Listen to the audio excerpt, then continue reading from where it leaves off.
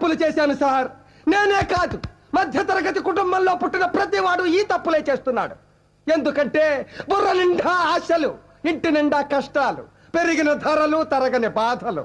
పాలవాడికి, నీళ్లవాడికి, రెంటుకి, కరెంటుకి, రేషన్కి, మందులకి, కూరలకి, కూతుళ్ళకి, అల్లుళ్ళకి, కొడుకులకి, చదువులకి, పండగలకి, పబ్బాలకి, శుభాలకి, అశుభాలకి, అన్నిటికీ ఖర్చు ఖర్చు ఖర్చు. తెల్లవారితే సమస్య, నోరు విప్పితే డబ్బు, అడుగు వేస్తే అప్పు. అన్నిటికీ సాకు 1వ తారీఖు. అది సర్వరోగ నివారిణి.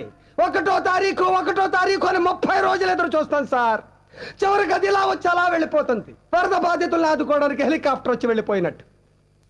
1వ తరగతి వాడికి 2వ తరగతి, 2వ తరగతి వాడికి 3వ తరగతి, ఇలా అన్ని తరగతుల వాళ్ళకి ఎదుగుదల ఉంటుంది. ఒక్క మధ్య తరగతి వాడికి మాత్రం ఎదుగుదల ఉండదు సార్.